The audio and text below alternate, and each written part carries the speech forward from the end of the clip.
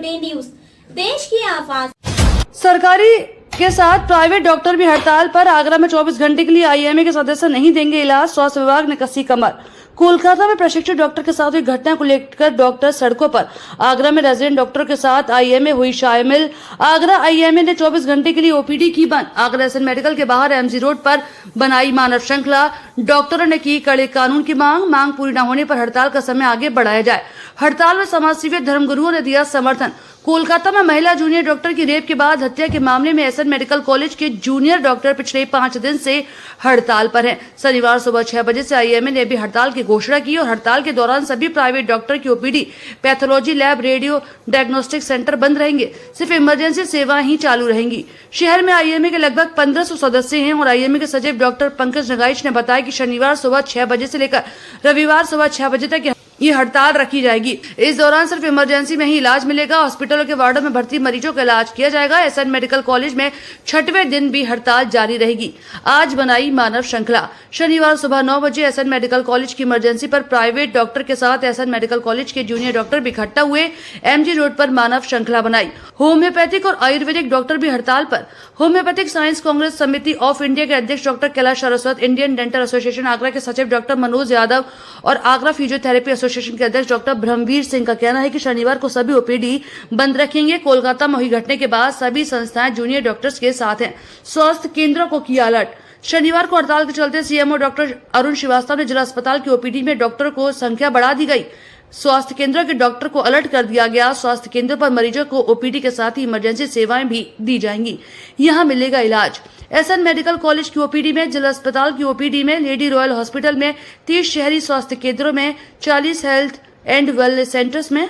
आगरा से अर्जुन कुमार। यहाँ इमरजेंसी के सामने हम लोग खड़े हैं। हम सभी धर्मों के लोग यहाँ पर प्रतिनिधित्व के तौर पर हम लोग यहाँ खड़े हैं और हम लोगों का उद्देश्य है कि जो कृत्य, जो कार्य यहाँ पर हम उस प्रदेश में किया गया, जिस लोगों को, जिस समाज को लोगों की जान बचाने के लिए समझा जाता है, वहाँ उनके साथ में ऐसा खिलवाड़, क्षमा कीजिए, ये अक्षम्य, ये क्षम्य नहीं है। और इसका जब तक खुलेआम, सरेराह और सरेआम जब तक इसका दंड नहीं होगा, बंद कमरों में बिठा करके आप फांसी दे दें नहीं, तब तक लोगों में, समाज में भय नहीं जाएगा। अगर न्याय प्रणाली के प्रति कहीं ना कहीं लोगों में ये धारणा हो गई है कुछ नहीं होगा, तो अगर चाहते हैं कि आगे ये ना हो, तो ऐसे व्यक्तित्वों को, ऐसे लोगों को पकड़ करके उनको खुलेआम, सरेआम फांसी या मौत का जो है उन्हें दंड मिलना चाहिए। और जब तक सरेआम नहीं मिलेगा, खुलेआम नहीं मिलेगा, तब तक क्षमा कीजिए, हम लोग ऐसे ही प्रदर्शन करते रहेंगे और ऐसे ही होता रहेगा।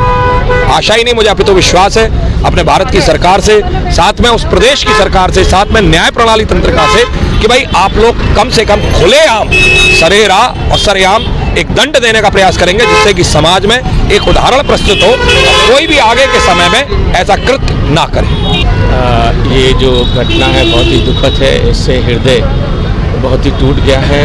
हम जिस भारतवर्ष को अपनी एक शान समझते हैं, अगर उस भारतवर्ष में इस तरह के कृत्य होते हैं तो उसकी घोर निंदा होनी चाहिए।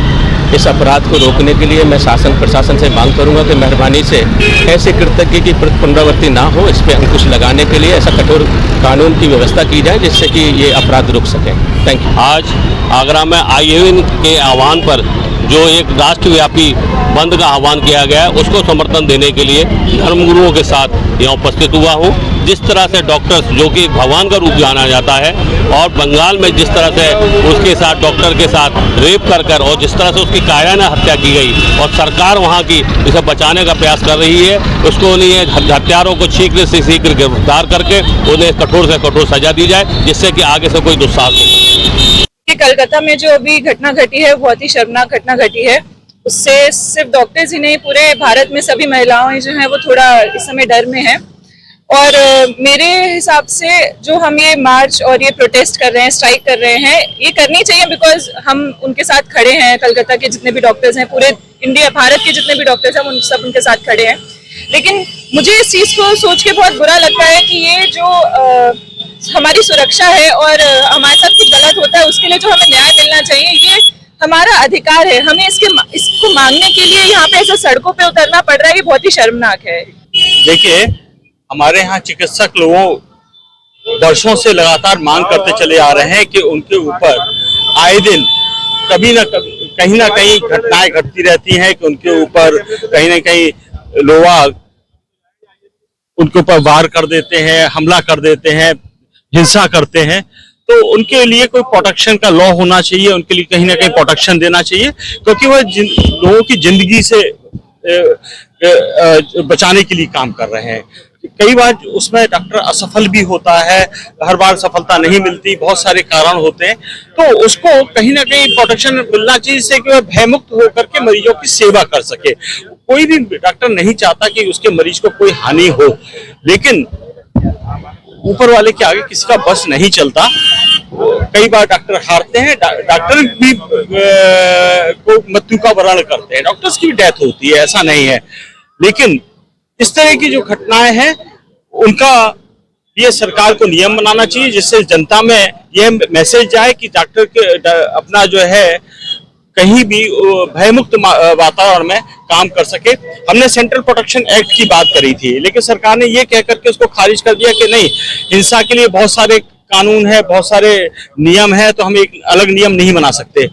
हमारी मांग है कि डॉक्टरों को जहां वो काम करते हैं उसमें तो वहां कोई इस तरह की स्पेशल फोर्स प्रोवाइड की जाए, जैसे CISF की जाती है, सरकारी जो उपक्रम है, बहुत सारे उसमें CISF की सुरक्षा रहती है। अभी हाल ही में उत्तर प्रदेश सरकार ने न्यायालयों के लिए एक स्पेशल फोर्स का गठन किया है, मेट्रो के लिए भी किया है। तो क्या चिकित्सकों के लिए, अस्पतालों की सुरक्षा के लिए, वहां जब चिकित्सक काम कर रहे हैं उनके लिए भी इस तरह की किसी प्रोटेक्शन फोर्स का इंतजाम किया जाए कि जिससे कि डॉक्टर भयमुक्त वातावरण में अपने मरीजों की दिल से पूरी सेवा कर सके। इस तरह की घटना अति निंदनीय है। हम लोगों को सबों को राजनीति से ऊपर उठ करके इसमें विरोध करना चाहिए, और अंत तक जब तक जो कल्पिट्स हैं वो पकड़े नहीं जाए, उनको सजा नहीं हो जाए, शीघ्र से शीघ्र उनकी फास्ट ट्रैक कोर्ट में मुकदमा चले, ये हमारी मांग। महिला होने की महिला हूँ, इसीलिए मैं यहाँ पर सम्मिलित हुई हूँ,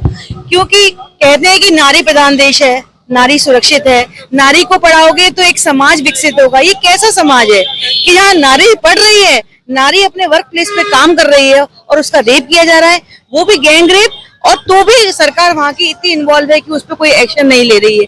ऐसे कैसे 78वां स्वतंत्रता दिवस मना रहे हैं हम, लेकिन नारी आज भी सुरक्षित नहीं है। हम कहते हैं कि वो छोटी जीन्स पहनती है, छोटी स्कर्ट पहनती है, इसलिए सुरक्षित नहीं है, इसलिए रेप होते हैं। यहाँ तो वो अपने वर्क प्लेस पे काम कर रही है, रात को आराम कर रही है, उसमें भी वो सुरक्षित नहीं है। मेरा एजुटेशन ये है कि नारी को सुरक्षा दी जाए। क्यों नहीं देंगे तो ये समाज एक दिन नष्ट हो जाएगा, कुछ नहीं हो सकता इस समाज का।